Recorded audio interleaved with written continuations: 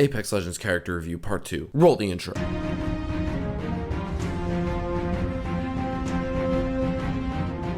Hey, how's it going, guys? My name is Ninja Cowboy, coming at you again with another video. This one's going to be Apex Legends Character Review Part 2. This is going to be following up right off of the last video. As you can see on your screen, I have the updated tier list, not the garbage one that was missing Octane, just not a solid tier list overall for the video that I was doing, and it was dumb of me to do that, but hey, it is what it is. So for this part 2 video, the last update, the last patch that we were working off of was 1.1.2. most recent patch 1.2. we're going to be getting into that, a quick roll up of the characters that I did in part 1 to let you know the changes that were made in the patch, see if anything drastic happened to those characters, if they moved anywhere on the tier list. We'll just get into that real quick. So as you can see on the tier list, nobody's moved. Everyone stayed in the exact same spot. The only changes that were made: Caustic, he's not as buggy; Gibraltar, he's not as buggy; and Bloodhound, you can actually have a decent FPS while you're using his ultimate now. Is he just as useless? Absolutely. Sorry, Bloodhound mains, but it's just the way it is. So let's get right into the content now that we moved on past that useless part. Big thing is characters that we're going over today. Characters we'll be reviewing: Mirage, Bangalore, and Wraith. Why are we going over those 3 characters? Reason being, I understand that, maybe doing Wraith, Bangalore, Pathfinder, and then coupling Mirage with Lifeline and Octane would make the most sense, but I wanted to go over the 3 legends that were the best for scouting, the different ways that you can use them to scout, the different applications that each of their abilities have in correlation to why it makes them so good for scouting. Yeah, we're gonna dive right into that. We're gonna start at the who's on the lowest on the tier list, which, as you can see, is Mirage. So with Mirage, let's go over his abilities first. So his passive is his invisibility when he's downed. So when you knock him, he has a decoy that pops up. Looks like you got shot. Oh no, shot and died. But realistically, you're knocked and you're completely invisible now. With the newest patch on 1.2, you are completely invisible. You can still hear you and you can still see a kicking up of dust, but for the most part, you're completely invisible. You can crawl away, all kinds of stuff. His tactical ability, which is decoys, you can launch your decoy, you can launch him standing, crouched, you can have him stand still in a specific spot, run away, things like that. This is really good. That's when the scouting aspect is going to come into play. So when you're looking at decoys, what makes decoys so strong for scouting? So when a decoy gets shot, when a decoy gets hit by a grenade, when a decoy gets thrown into a barrage from a Bangalore or Gibraltar, caustic gas, all those kinds of things, it will highlight on your screen a big white indicator of how far and where the enemy is that did damage to your decoy, whether that be through the gas or the barrage or just like I was talking about. So how is that good? Let's say you, like most people, this happens to almost every single person that plays against any Bangalore. When you're in the middle of a fight, you're engaging the enemy team, boom, boom, boom, you're doing callouts, you're throwing nades, you're doing all this crazy stuff, and then all of a sudden, missiles start hitting the ground from some random direction. No one has any idea where they are. Smart play. You're going to get your team to safety first, obviously. That makes sense. Don't get blown up. Second thing, if you're the Mirage player, what you need to think of is, I can use this for information. Information is the biggest part of Apex Legends. You've got to get information any way you can, anywhere you can, anytime you can. So the second you're clear of that barrage, if you just want to throw your decoy down, have him stand still right where you were when you would get hit by the missile, and then run yourself out of it, not only will you be clearing yourself of the explosion damage and the stun, but you will also be getting an indicator the second that missile blows up of exactly where that Bangalore is, and you can almost bet that that Bangalore is going to be right wherever her team is. So just that one simple maneuver that you just pulled off that took you all of 1 millisecond, you just got enough information to know exactly where that third party is coming from. So from that, you can make that decision on whether you want to complete the engagement with the original team, or if you want to divert and turn around, maybe engage that third party team, hope that other team runs away, or maybe just get a good positioning to get out of the pinch, or if you just want to disengage completely and you want to run away. All of that information, all of that decision making just came from one simple tap of Q in a Bangalore ult. And now, instead of getting third partied and raging in the lobby with your friends talking about how you died and how you could have lived, now you actually are still alive and you're playing, trying to get that W. Now, his invis run. Originally, I might have moved Mirage down below Caustic and pop Caustic up 1. After the buff, Caustic's pretty good, but after Mirage's buff, this is where things start to get really, really juicy. Patch 1.2, Mirage got an overhaul to where when he casts his ultimate or uses his passive, which is getting knocked, or casts his ultimate, which we can get into that right now, which is his, I call it invis run. It's when he drops 4 or 5 decoys, they all face different directions, and he becomes invisible and gets a speed boost. Now, normally, before patch, you could still see a very clear gray outline of a Mirage running across your screen, running away in a straight line, you know, things that normal players do. And you could absolutely smoke him, easy day, no problem, no questions asked, moving on from the next fight. But now, with the buff, he is, like I said, almost 100% invisible, to the point where not only can you use it to escape getting killed, but you can use it to engage fights, take teams out of those camping building spots that they're using in elite queues, wrap around to get the sickest flanks you'll ever have, because the only thing they have to work off of is sound and seeing your footsteps kicking up dirt, which if you're in the middle of an engagement and you call out to your team that you just need them to put a little extra fire down, maybe throw a couple extra grenades, you can effectively move behind that team completely unseen, hit a flank, and at the very least get damage down, hopefully getting 1 kill, maybe even 2 kills, and that's pretty much a guaranteed team fight off of 1 ability, as opposed to 2 to 3, which you might have to use before he got his buff. So that being said, why is he on the list of 3 scouts?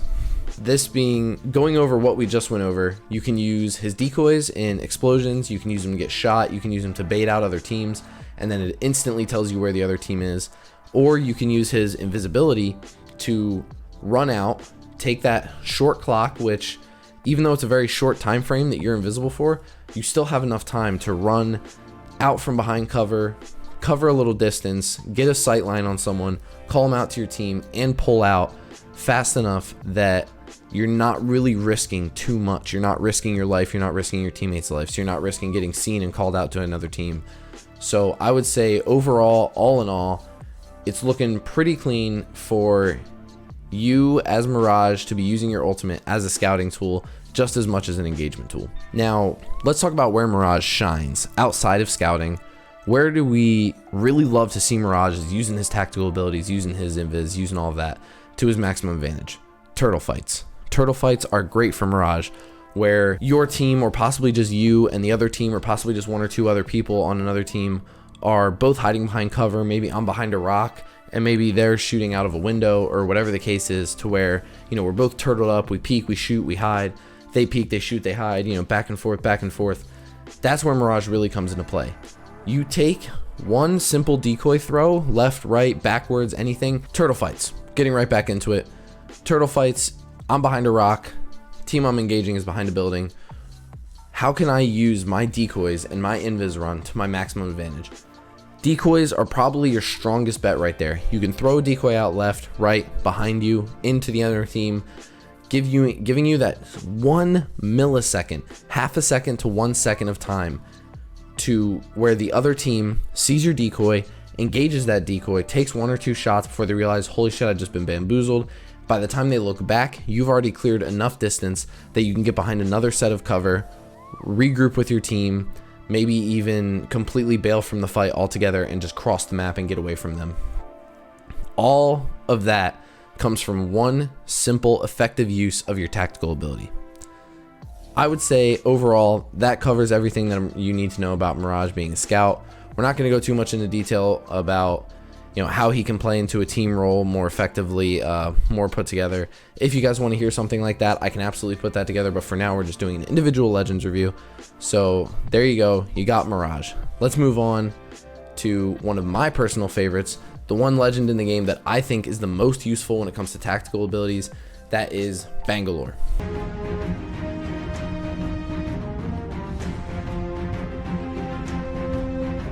So Bangalore, starting with her passive ability. If you are already sprinting, that is very important, not a lot of people know it. You have to be sprinting already to activate her passive, which is what I call super speed. When she gets shot at while she's sprinting, she gets a speed boost. That speed boost is probably the most effective passive, right there below Lifeline's improved consumable speed. Now, when Bangalore just absolutely takes off, if you need to run through a fight to regroup with your team, if you need to run through a fight to get disengaged from another fight, if you need to just make some quick maneuvers in a one-on-one, all of these things are amazingly complemented by the super speed passive ability. Now, how can you maximize the effectiveness of your speed? Let's talk about smokes. So her tactical ability, smoke grenades. She gets 2 of them at a time. They go on cooldown individually. So if you shoot one, that one will cool down a certain amount of time. If you shoot both, you'll get 1 at a time on a cooldown. Now, how do they complement each other? How can we use those together effectively to become the best Bangalore that we can be? Simple. When you're engaging, when you're disengaging, when you're wrapping a flank, when you're covering for your team, you want to use those smokes either in the direction you're running or cutting off a line of sight from the direction that you're taking fire from. So let's say I'm here, I'm at market, I'm firing out towards the compound that's across the way.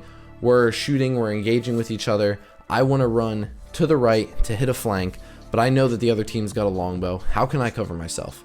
Easy day. You simply start running the direction you want to run, turn yourself slightly towards where you want that smoke grenade to cover a wall, because it'll hit where it lands and then it'll go parallel from there. So left and right of where you landed. So I want to turn, shoot my smoke grenade at the ground left. It'll hit, open up a wall of smoke. Now I've got cover down the line. I start getting shot at. My passive ability activates. I'm gone. They can't see me anymore. I just completely disengage that fight and I can re-engage from a flank.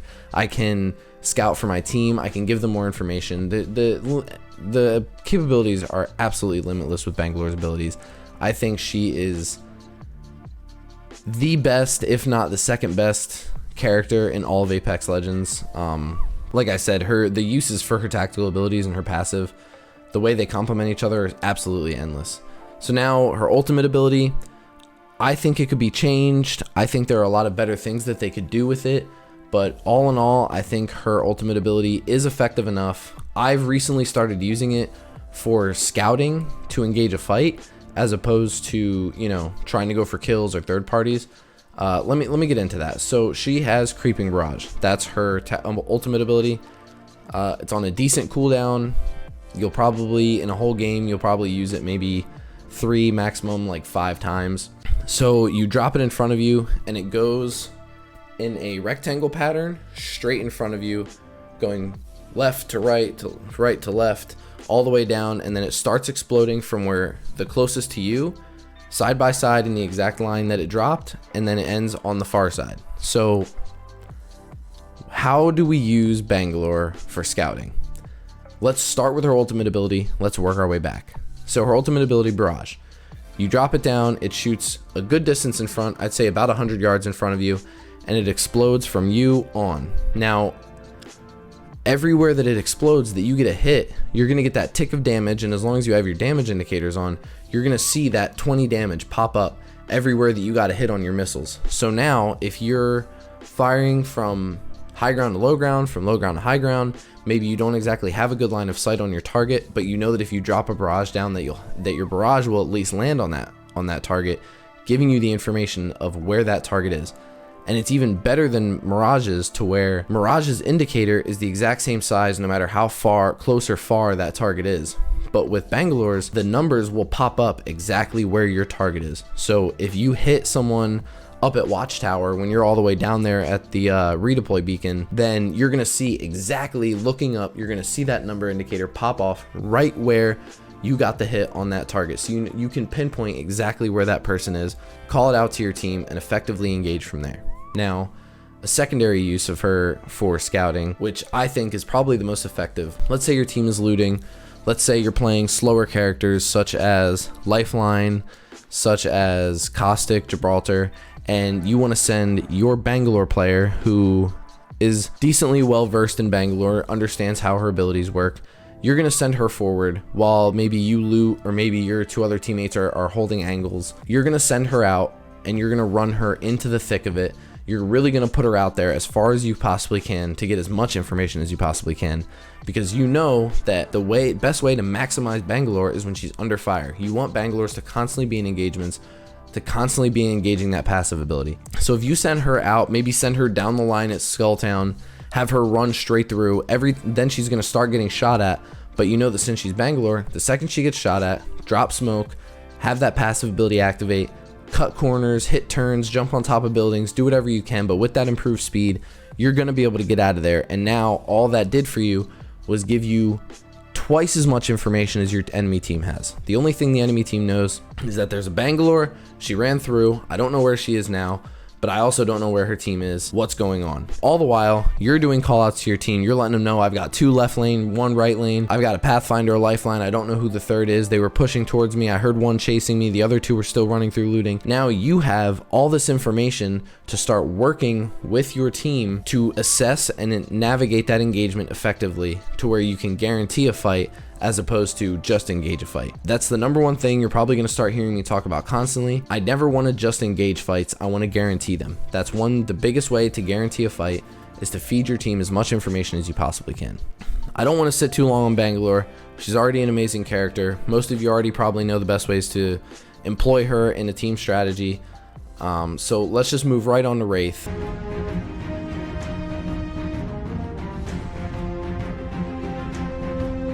She is probably the most common hero used prior season 1, in season 1 after Pathfinder got his buff. I think Pathfinder is probably now the most common played character. My apologies. But Wraith is still probably one of the most successful legends to play. Her abilities are very powerful. Her hitbox is very small, making her very hard to hit target, and hard to hit targets are everything in any FPS game. So let's get into her abilities. Starting with her passive, she has the warning signs. It's essentially if an enemy aims at you, or if there are traps in the area, or if people died around you, then a voice in your head will whisper, enemy sniper, enemies are aiming at me, traps in the area, this is a dead zone, blah blah blah. And then you can warn your team so the teammates know exactly what's going on. Is her passive that great? Not really. It's decent. It's helpful from time to time, but all in all, you know, it's not like it tells you where those people are aiming at you from. It's not like it shows you exactly where the traps are. So it's good. It's not great, but you know, it's useful to have. Now, her best ability, better than her ultimate, is her Wraith form.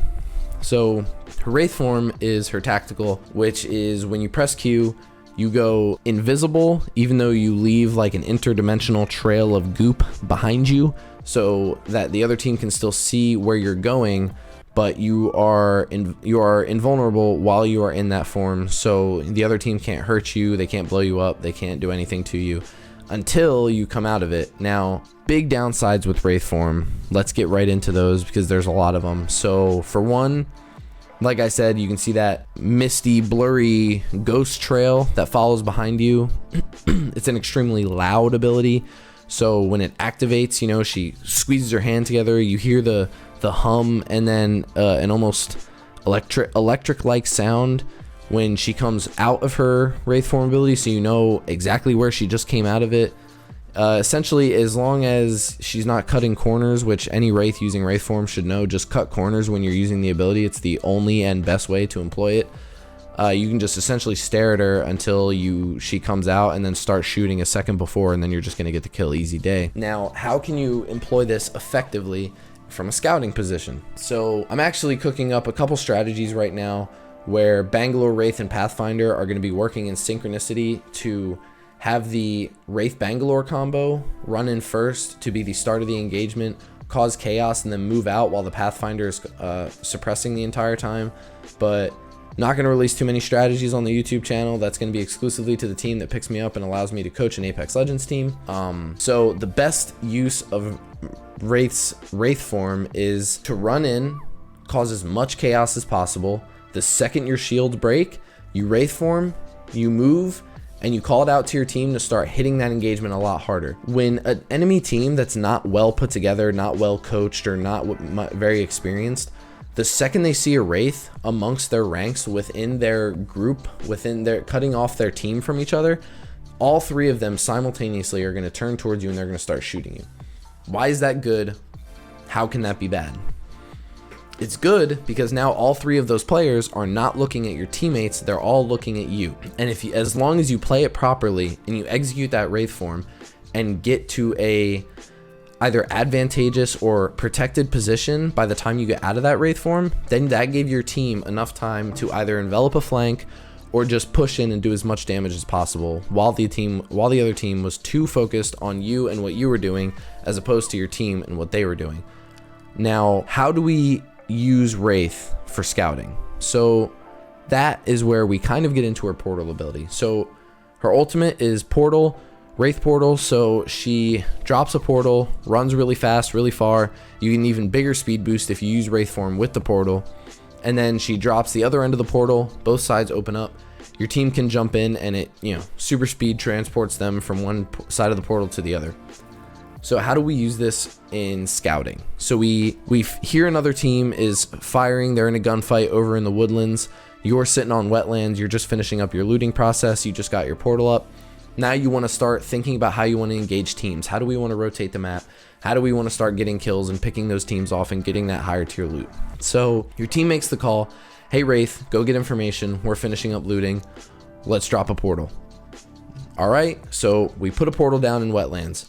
We run it off either to the far left or the far right of the engagement that's going on so that the portal itself is not going to be the thing that endangers the rest of your team and gets everyone killed. Now, as you drop the portal, you're running ahead to get straight into the fight, having confidence in your team that they're going to take that portal and follow you up as quickly as possible. While you're waiting for your team to come through that portal, you hard engage. You get in as quick and as close as possible, doing as much damage as possible, dropping grenades, getting full sprays with R99s, getting a couple wingman shots in there. And like I said, whether you have white, blue, or purple armor, the second you hear that armor crack, you're pressing Q and you're disengaging that fight. I would say the best place to use Wraith form is in that woodlands area on the other side of wetlands, my apologies. Why is that? Bushes, trees, cliffs, different elevations, everything is perfectly set up for a Wraith to use her Wraith form, cut corners, make hard left turns, right turns, wrap around the enemy, get behind them, and things like that while in Wraith form. And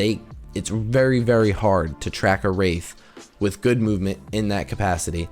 Now, just like I said before, while you were causing all that chaos, doing all that damage, your team took your portal, moved in, and got a pincer position on the left and right of the enemy team. Now they're just firing a crossfire, and you fill in that gap on the other side. So now they're in a three-pronged attack. You just wipe the whole team. You just guaranteed a fight.